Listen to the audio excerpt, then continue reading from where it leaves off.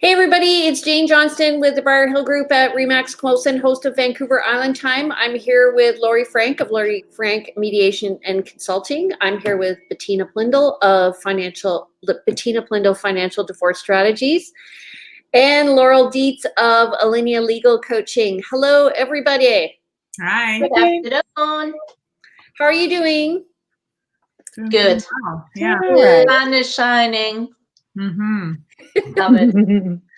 So I thought I'd start maybe with a market update. We can just talk about housing and make that the focus of today's strategy to keep or not keep the house. What do you guys think? Sounds great. Good. Okay. So overall, what's happening with the market is, and I just downloaded it here. Here it is. I don't know why it's, okay. So over the past week, we've had 225 new listings with 110 that went pending. We've had 77 price changes. 3 have come back on the market. When they do that, it means they've gone off for some reason. Maybe they needed a bathroom fixed or something, and then they come back on. 64 have sold. That means that they've removed their conditions and it's all transferred to the new owner. 45 have canceled. So when listings cancel, sometimes that's because they're at the end of their listing period, or perhaps the realtor wants to relist and bring to lower days on market. So that could tie into the 225. And then 14 listings expired. Overall, in terms of month-to-date statistics compared to last year, in May of 2019, we have 329 new sales since the beginning of May. That's compared to 848 last year. Wow. And then new listings, we're at 828, and that's compared to 1,613 for the whole month last year. So we're below average for both of those. And then total active listings, we're at 2,516 this year, and we were at 3,000 last year. And so if you were to look at new listings, last year would have been a peak, and now it's coming back down. So let me ask a few questions, because I'm not the real estate person here. What is a pending listing?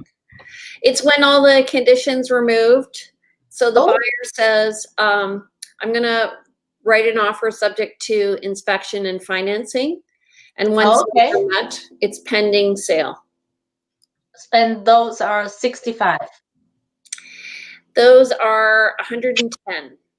110. Wow. So in the past 7 days. And you said 225 new properties came up since last Tuesday, correct?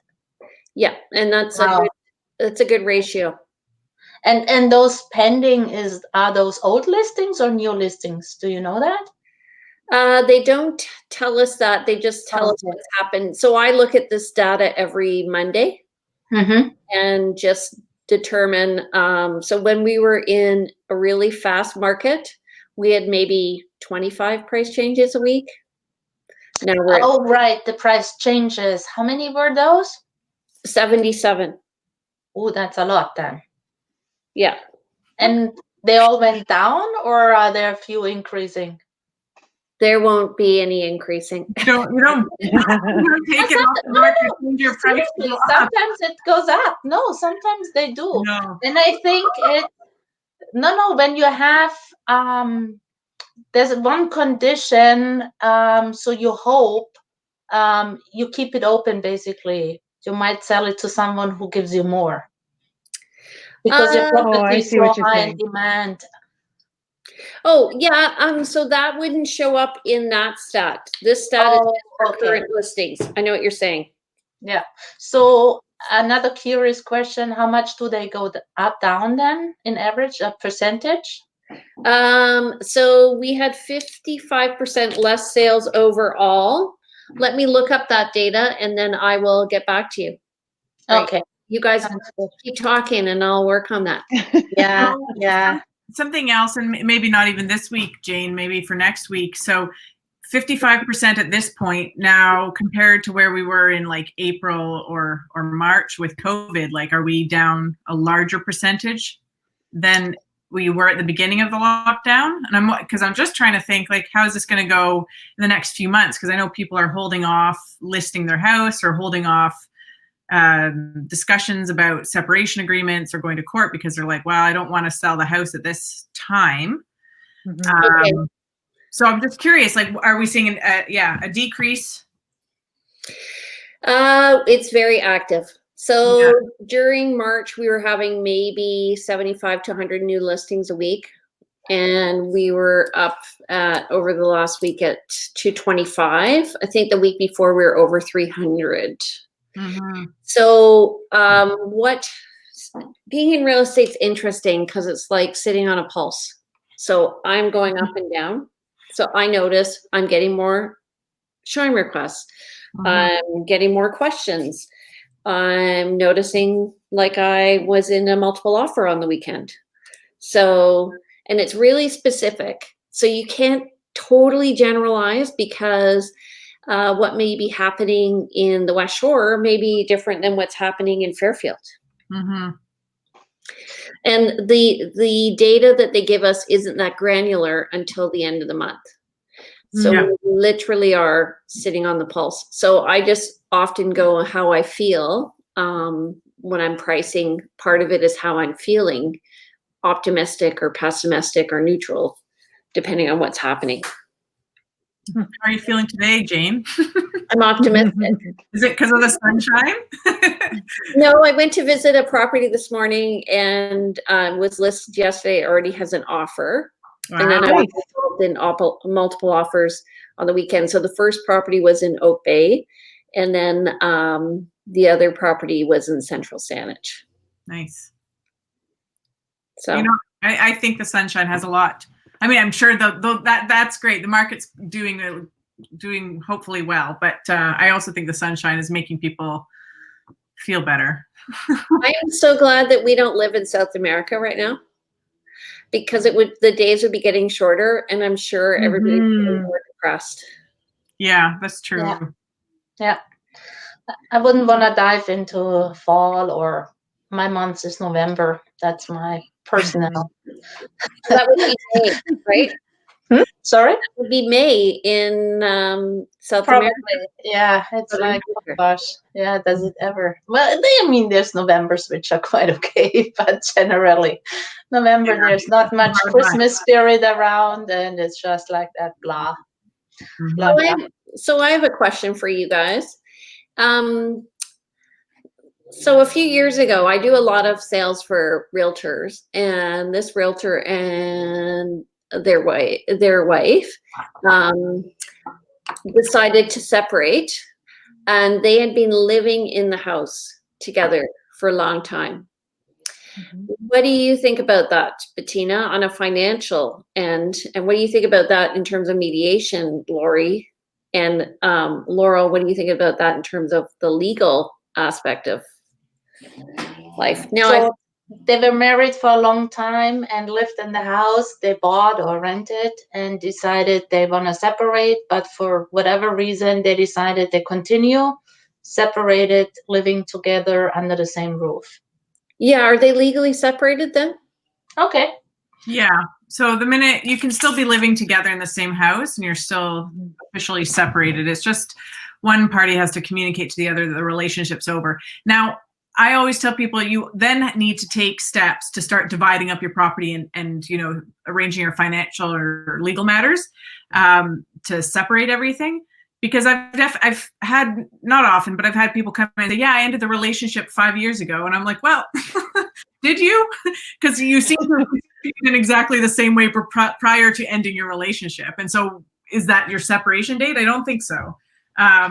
You're continuing your marriage-like relationship. You're still sharing expenses. You're sharing bank account. You're still doing everything, even sharing a bedroom still. So don't think you're separated. So I think it's sort of that you can end the relationship, and then you have to kind of take steps to act on that. And that's all you need to do. Okay. What about Lori, do you find that some people do request to, because of finances, to stay together or for the kids? I'm thinking. Yeah, I've worked with some couples where they've remained in the home at least for a period of time. And it's usually a financial reason. It's that they know that they're not quite in the position for the other person to buy a house themselves, and maybe one person wants to keep it, and so they're kind of biding their time, waiting for some other pieces to come into play, so that then they can actually make that physical separation out of the home, whether one's staying or whatever it is that they're doing. So I have worked with couples where they're staying in the home for at least a period of time while they're sorting other things out. But same as Laurel, I always recommend then that they start working on their separation. And that could be both their parenting piece of things, if they've got kids, starting to get their kids used to different routines and schedules, and trying to start to create a situation where one parent is kind of the go-to parent on certain days and the other parent is the go-to parent on other days, potentially, whatever works for them. But then also that financial piece of things, starting to separate out their bank accounts, credit cards, all of those kinds of things, and then getting into expenses and those kinds of things, starting to separate out so that they're figuring out how they're each paying their portion now of their expenses, mortgage, groceries, if they're still living in the same home, all those kinds of things. It's so intertwined, eh? It is, and I find until couples really do physically move into different homes, it remains intertwined, but you definitely need to be making those steps towards unraveling all of it.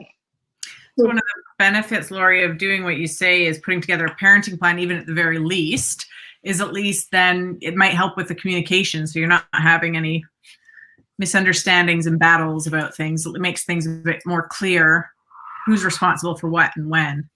Mm-hmm. Do you find are they also dividing jobs up in the house so that one person takes care of the inside, one person takes care of the outside? I don't know. I haven't.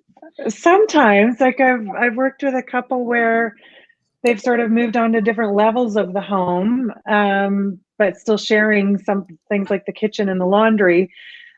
So during their parenting time, they're responsible for cleaning up the house, buying the groceries, those kinds of things. They've got I think, we even talked at one point about them working out a schedule they were putting on the fridge for those kinds of things, because it is different, once you're not together as a couple, those kinds of things, it's like, well, who is doing all of that stuff? So they had to kind of figure out a schedule of who was doing what when, and who was taking kids where when, just like you might when you're together, but it's a little bit different, because if you're trying to also then get everybody into the routine of a parenting schedule, maybe it's not your parenting time, and so does the other parent take somebody to hockey, or there's a lot to consider. It's almost easier to stay together. Well, when you have kids, because then you can coordinate everything. potentially In informal communication, right? Yeah. Oh, honey, by the way, I'll pick up, my daughter, whatever. Well, I think it really depends, to be quite honest. I mean, there's couples who have a great partnership in in the sense of parenting, right? They just work like it fits and sits like a glove, and there's no issue. Hey, sorry, I got caught up at work or in traffic or whatever's going on. Can you do it? And they have zero issue doing that, because they still remain friends. And I think the couples, the four of us are mainly seeing, they are not necessarily fighting. I mean, those possibly really don't live together. And I see quite some interesting constellations where people remain in the same house. And I would say it depends on the property. If there is, let's say, a suite in the house, one partner lives in there, so they're totally separated, basically, but they live on literally under the same roof. And I think that's pretty manageable. If there's other issues where you have to share the fridge and there's tensions and confusion because of the children's situation, maybe they're at an age where they don't get what's going on, and they're super confused. So I don't think that's beneficial for the children. I'm totally in favor of it from a financial point of view, as it often takes quite some time to sort things out. And taking it slow and easy before you commit to a rent you might not be able to afford. As I always caution people, consider the outcome, right? If you sign that rent agreement, I mean, people might just be so upset or so focused on the rent they forget everything else. Where's the deposit coming from? Can I afford the rent? Will my kids like the neighborhood? And what is it with schooling and all of there's so much to consider. I'm always in favor of taking it easy and making decisions at a slower pace if it comes to that, right? Especially if, let's say, you had that big fight and you decided, okay, we are done. I'm over. And the next day you're browsing the ads, and the very next day you sign at least a rental agreement or something, or you put the house on the market. I think that's, you deserve yourself. So what do you do? Either you go to a friend, and then you have tons of questions, or you ask mom and dad whether you can live by them. But again, it's maybe take a deep breath and think about it and figure out what you want to do with the money. As selling a house, do we need to, and can you talk about it, right? Lori is probably awesome helping them figuring out, should we touch it up a little bit, who pays for what, as now it's all about the money. And it costs as well. I think, Jane, it makes sense to put some money off into a property before you sell it. If you can work together on that, it benefits you both. And often it's a cash flow issue. yes, and then from my perspective, what I pray all the time, I see couples who are not on eyesight. Some really have no clue. Is it Fortis or Hydro, or is it Telecom or Shaw? I don't know. You ask the other person. I don't know. How much do you pay a month? I have no idea. Money, I guess. So it's like, really, you need to get your ducks in a row before you can make such a massive decision. And nesting is sometimes an option too, if you have kids, right, for a period of time. So do you mean nesting? You mean they're in the house and the parents come and go? Yes. And sometimes there's new partners involved, and then you stay with your new partner already, and then you come 2 weeks to the house, live with the kids, and the other 2 weeks, I don't know, it depends on the schedule. It's apparently favorable, but hard to manage for many reasons. Very interesting you say all these things, Bettina, because as a lawyer, I have much different advice for my clients. I say, you know what? The relationship is over. You need to get out of that house as fast as possible. And then you can think about your legal rights and responsibilities when you've got a bit more of a clear headspace. Because, I'd say, no matter how amicable my clients are, they don't tend to be that amicable. But okay. I think you're talking more about like not the rare. I would say, okay, so let me preface this with, those horrible divorce stories from when we were young, about the horrible divorce that's going through court for 10 years. Those are the exception. Those are the worst end, right? It takes, I think 95% of all divorce cases or separation settle outside of court. So that's a positive Right. thing. Mhm. And Yes. then So let's leave those out, as they won't consider living together. No. Yeah, I think at the other extreme end is Bettina's, where they can take their time and live in the house together and co-parent.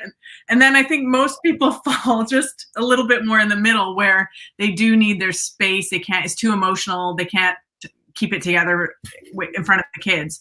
And I have found, with the nesting arrangement, it is at best a very short-term solution. Mhm. But I've not seen it work effectively, I would say, for most people.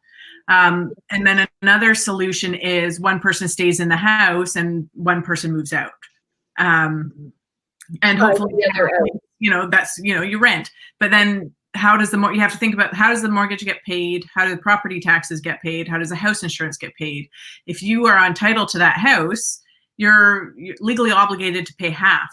But legally, then there's another way you can, if you can't afford to pay rent and your half of the mortgage and the expenses, then you could say, well, wait a second, spouse, you're sitting in this house, you're getting the benefit of it. I want you to pay rent to me for my half interest. And you're going to do that by paying my half of the mortgage. So there's always that tension when someone moves out of the house in these legal battles is, are you paying me occupation rent is what it's called? Or or do I have to kick in my half of the mortgage? And you'll have to get legal advice to see if you can claim occupation rent or not. But it's not the default, is what I'll say. You pay half your debt. I agree. I agree. Of course. I mean, again, it depends but the parties are, right, whether they insisting on their rights, or whether they or want to work something out that works for both of them. And it sounded like I was talking a long time. I realized that, but it might not be for a very long time, that arrangement. I just want to caution people to overreact and maybe Not to overreact. Not to overreact. Not to, yes, right. And check out, what is my home value? How can we do this? Putting some, let the emotion settle, and then make a logic decision based on numbers, basically.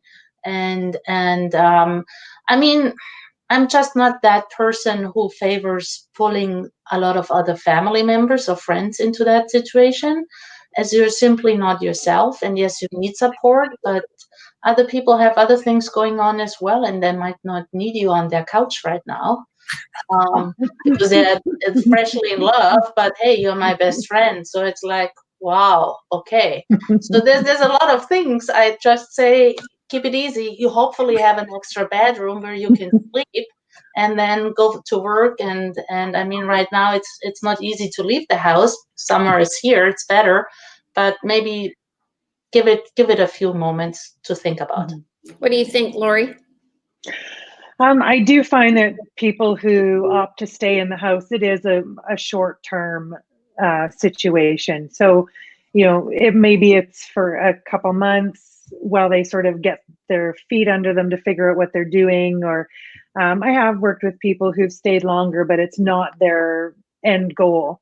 And certainly in those arrangements, I always caution people not to get stuck there, right? Where things then just start to slow down and you're not making any progress. And suddenly a year's passed and it's like, oh, here we are still.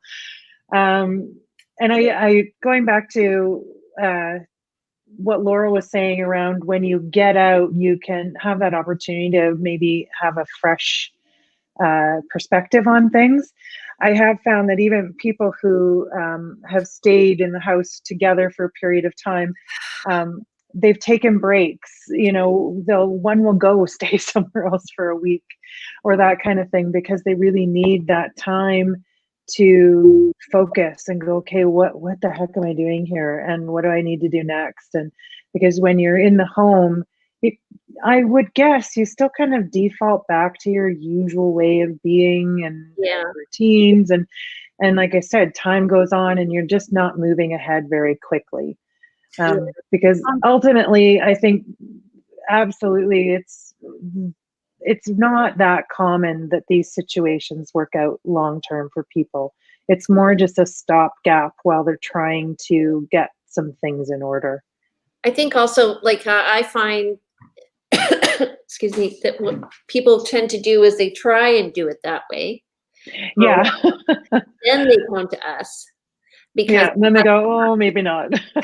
yeah. Mhm. And it just Yeah, it's- defers. The decisions, all the decisions are deferred because you kind of are like comfortably uncomfortable, you know? Well, I can live for another year. Oh, the kids are Yeah. nearly 18.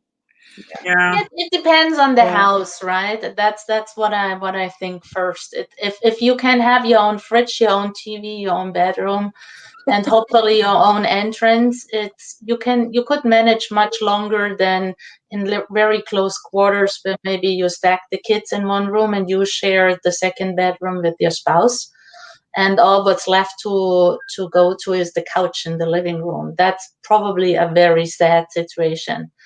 But in I don't know, in a 2-level home, if one stays in one level and has a little kitchenette, I could see it happen.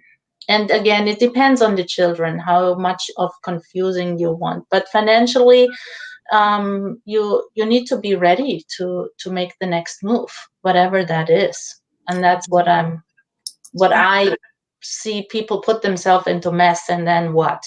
Yeah. Mhm. Well, that's very wise counsel, Bettina. I think the other thing about still living in the same home is that you can't move forward with your own life when you're constantly having your ex peeking over your shoulder. Oh, who's coming to visit you now? Because that often escalates matters. Walking And in on I you. have to deal with that somehow because what they're doing is they fight over the children or the house, but really what they're fighting about was you had her call you and Yeah. who was over at the house, and like I can't resolve those disputes. I can help Yeah. with the parenting in the house, but not the other emotional stuff. So No, you're right, and every person deserves a fresh start, right? Absolutely. And it's just I'm thinking as well of those marriages where she stayed home for many years, right? And she's just totally insecure, doesn't know where the money is coming from, and she makes the money, or vice versa. It doesn't really matter. One partner makes the money, the other one doesn't, and then you can go. A worst scenario, like I sometimes see, they don't even know where the bank account is located, basically. Well, that's extreme, but they just can't go and sign a rental agreement. They can't. They shouldn't. Mhm. They need. true. And Mhm. so that is just, and not everybody has that close friends or family in town, right? So Mhm. I'm just thinking, and then Jude. Lori, you want to add to that? Bettina was mentioning confusion for the kids. I think sometimes these situations can be more confusing when parents are still both in the same house, because it's difficult for kids, especially depending on their age, to kind of go, well, what do you mean dad's not available right now? He's downstairs, or that kind of thing. Whereas if they're in separate homes, although it's still difficult, it's a little more clear cut for the kids what's happening. We're in different homes now. When I'm in dad's home, dad's in charge. When I'm in mom's home, mom's in charge. But when you've got this, situation where they're in the same home, it's harder for kids to start make that differentiation of what's going on and what do you mean we're not all going to sit at the table together for dinner anymore, or we're all here, why wouldn't we do stuff together? Yeah, So I think that's that can be more confusing. It depends on the kids and their age. If they're older, they'll understand that kind of situation better. But yeah. I find also what's interesting is when they go to sell. So I'm meeting them on the negotiating side where we're trying to work out answers together. So I'm representing both parties, and often, one person will take this perspective, and what they don't realize is the other person's taking the exact same perspective, but they're so contrary with one another that they don't realize that they actually have the same values. So, so Always great, isn't it? Yeah. No, you're both saying the same thing. Yeah. Yeah. And I think they want to make it a secret that they are divorcing. It's not good for the sale, Well, right? that's what I was going Right. to ask. How does that work, Jane, on a sale? If your clients are divorcing, are there different considerations? So a lot of people look for divorcees, and they're sort of keeping their ear to the ground. And the reason why people ask why are they selling is really what they're asking is what is the seller's motivation. Mm. That's the finite answer in the end. What is causing the sale? And if they detect that it is emotional, they'll be all over it, and they'll determine themselves that there's going to be a higher level of motivation than if it's just people moving on. So often, what we do, especially if there are just one spouse in the house, is we'll actually get the other spouse to leave some clothes in the closet, so it looks like there are two spouses, so that the buyers, because the buyers will look for that. Interesting. Seriously? I've never Well, been. I can All of see that. that. And they think they get a steal because people have to sell. Oh wow. Well, and they say stuff like, the saying, loose lips sink ships, is true. Oh, okay. So you really want to just, you don't give away that you're going through a separation or divorce unless it's a good friend and they're going to keep your secret, because people talk. Mm-hmm. Oh, absolutely. Yeah. So, okay, I have those stats for you, by the way. Okay.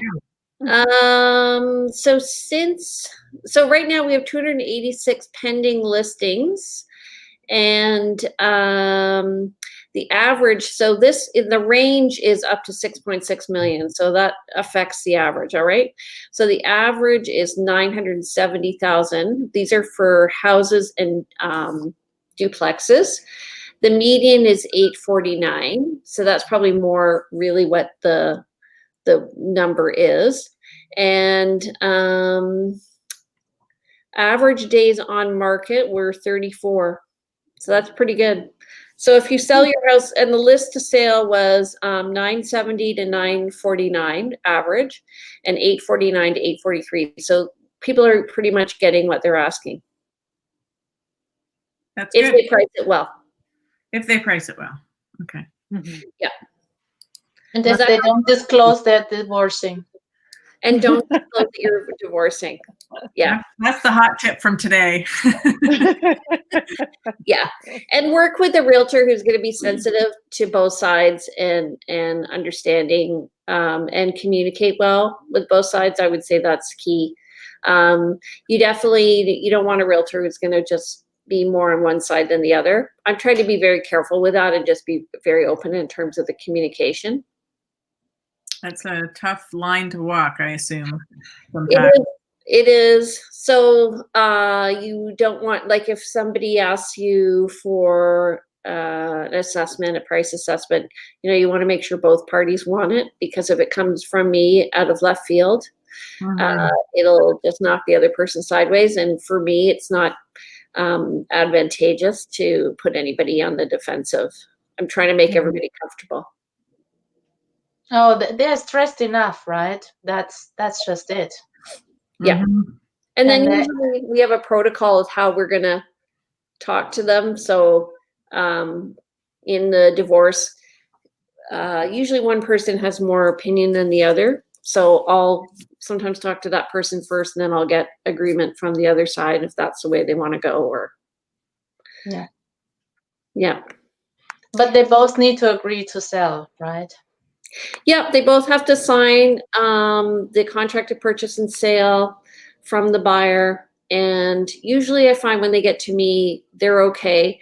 And I'm always sort of saying, okay, well, what are your long-term goals? Is this going to meet your long-term goal? So, and the other thing you want to do, the only reason why you might not want to sell is A, we're in a down market, which we're not, or B,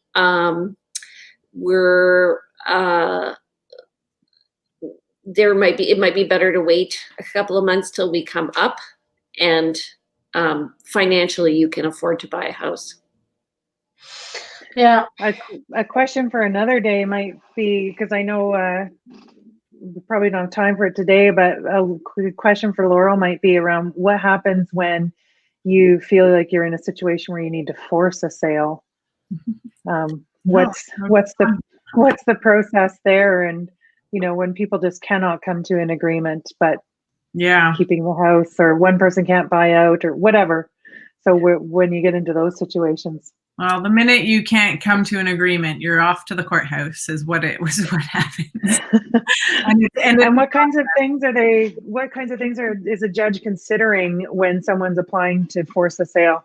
Yeah, they're going to look at all the factors, but mostly why is the other party stalling, really, when it comes down to it. If it's because we've got 3 kids and we can't afford to move anywhere else, you're going to have a lot more sympathy than, neither of us can afford the mortgage anymore and I just don't want to move out. So I like this house. Yes. And I'm doing it just to piss you off, there's going to be an analysis of the motivations. I'm sure there's a test, Laurie, because I have looked at this, but it was a while ago. And so the law and judges and courts love to make their little tests and lists of things that they're going to consider. And I know it's there, but I haven't looked at it recently. So right. And they can get a judgment to sell. Yes. There are you can get an order to force the sale of a house if your spouse is refusing. That is a possibility. Okay. Looking at the money and costs of all of that, consider the outcome, right? We've got one question. Seems complicated when someone wants to buy the other out. One wants a low price to buy and one wants a high price to sell. How do you figure out the price? So good question. We usually get appraisals and realtors. We all look at the market differently. So a realtor is going to look at what the market's doing and where it's going. And so right now I'm optimistic. And then an appraiser may look at where the market's been. So in terms of COVID-19, maybe, price, well, I know prices were depressed, let's say for condos by 15%. So they're going to look at that. Anyway. And the question was, one wants to sell at a low price, the other one at the high price? Well, no, the person who wants to buy their buying out interest wants to value the house lower. And the person who was leaving is like, oh, wait a second, I want a little bit more because I need to go off. And I actually, that comes down to negotiation, really. And sort of, okay, you have to look at how much it's going to cost you to get your outcome. That's usually what I start off is if you go to court, how much is it, what would the court order? And then how much is it going to cost you to get to that court order if it's the way you want to go? And you kind of got to work back from there, because that's where you're going to start thinking, well, maybe I should just take a hit of $10,000 because it's going to cost me $30,000 to pursue the resolution I want. And some people may just do that because they want to make trouble for the other person. Yeah. Well, they're probably not going to be my clients, but and they're not considering living together in the same home for a little while. Yes. Yeah. But if they're in a situation where one's saying the house is worth this amount and the other is saying the house is worth that amount, then they, as much as possible, they need to go try and get some objective information, right? Whether it's through a realtor or an appraisal. And I always tell clients, once you've sort of chosen your route of how you're going to come to that number, whether it's getting a realtor to do an assessment or an appraiser, then stick with that route. So, because sometimes people they'll get their numbers back from those people and they won't be happy with the number. Yeah. And they'll go, oh, well, no, now I'm not happy with that number. And they spend so much time pursuing a number that maybe doesn't even exist. And it just slows everything down. So it's kind of like, okay, if you're going to decide we're each going to go get a realtor and have a market assessment done, and we're going to, maybe meet in the middle or whatever it is, stick with that, because those numbers are going to be as objective as you can get as closest to the objective as you can get, Mhm. because you can spend so much time, like I said, pursuing that number that maybe doesn't even exist. And that time, there's value to that time, right? That's, you know, Yeah. it's like the longer you prolong your divorce or separation, maybe it's money you're spending, but really it's years taken off your life where you're not living it in a positive, happy way, doing what you want to be doing. Although, Mhm.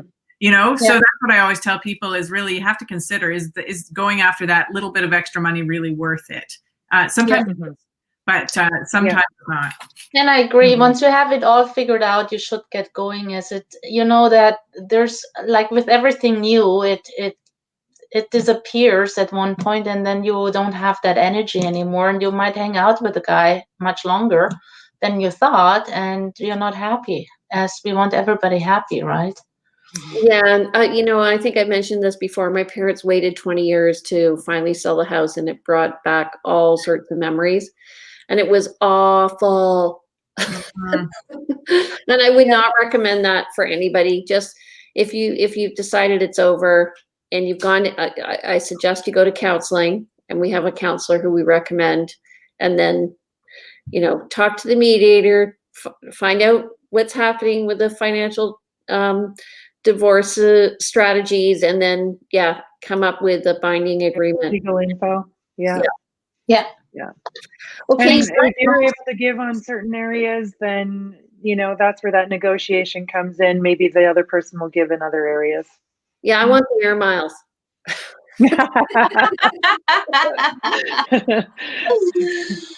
Okay, so we're gonna meet next Tuesday. We're gonna go back to our regular time at 4:30. Is that all right? Perfect. Yep. Okay, Oh, awesome speaking with you guys. We'll brainstorm. If you guys have any questions about what you want covered, let us know. You can message me at Jane Johnston at the Briar Hill Group. And if you want any questions, Anita Gorecki is saying, I had one such transaction, was hired by the husband. Naturally, the wife was very hostile towards me. I worked very hard to make her comfortable and secure, and she ended up also buying with me. But definitely a very delicate situation that requires a lot of finesse and sensitivity. Definitely. Definitely. We're all in this together. mm. All right, you guys, have a great week, and we'll see you next week. Hopefully, I'll have some great news for you about what's happening for me today. Talk to you later. Yes. See you later. Have fun. Jane, bye. Bye. Bye.